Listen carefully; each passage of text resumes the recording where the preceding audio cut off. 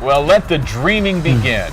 The Powerball jackpot is now up to $253 million, and it could get even bigger before Saturday night's big drawing. This jackpot is now one of the largest in the history of Powerball, and that's got a lot of people seeing dollar signs too. And we're going to have some fun with this topic tonight by speaking with Dennis Kelly, who has worked in the lottery and sweepstakes business over the years. He's also author of the book called Blizzard Ball, which we're going to talk about here in a moment. We got a couple of copies laid out here. But let's start off with the lottery itself. You know, have these lotteries been good for the country, do you think? Well, it's interesting is that they continue to grow, they continue to proliferate, and they're very good at filling the coffers with very little energy expended. And it is interesting that at one point in our history, we had banned lotteries starting in 1900, and we didn't pick it up again until 1960. But it's really caught on fire ever since that point. Everyone loves a lottery. Now, Absolutely. You have a business where you Yes. help other businesses form lotteries and sweepstakes, so you Right. know all about the odds. I do. Having known about the odds, do you even play Powerball? I do. I'll play Powerball, I'll play Mega Ball. Truth be known, it's one ticket. And I'm still hooked on the entertainment value. It really, I still get excited. It still is a wishful opportunity.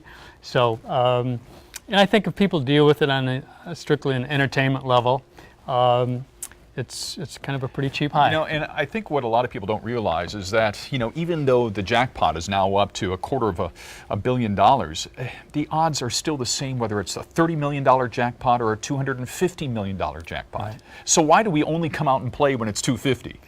I think we may have a little bit of lottery fatigue, and for some reason, $10 million, $20 million doesn't seem to mean as much to us. All right, Dennis, let's talk about your book here. It's called Blizzard Ball. Right. And what I love about this book is that it's set here in Minnesota. Absolutely. Tell us about the plot line.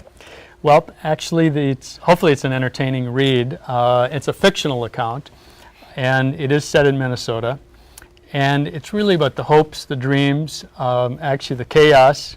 There's a lot of manipulation. And there's a whole shadowy underworld associated with the chance to win the world's largest jackpot. Which is $750 million. $750 million. Which brings on the proclivity for mischief. Absolutely. And anytime there's a chance of something for nothing, which the lottery is very close to, it's kind of a urge or an opportunity people have a hard time resisting. And when you've got $750 million on the line, like I said, there's a lot of mischief, which I was able to turn into a storyline here. And what I love about this book, the fact that you're a marketing guy.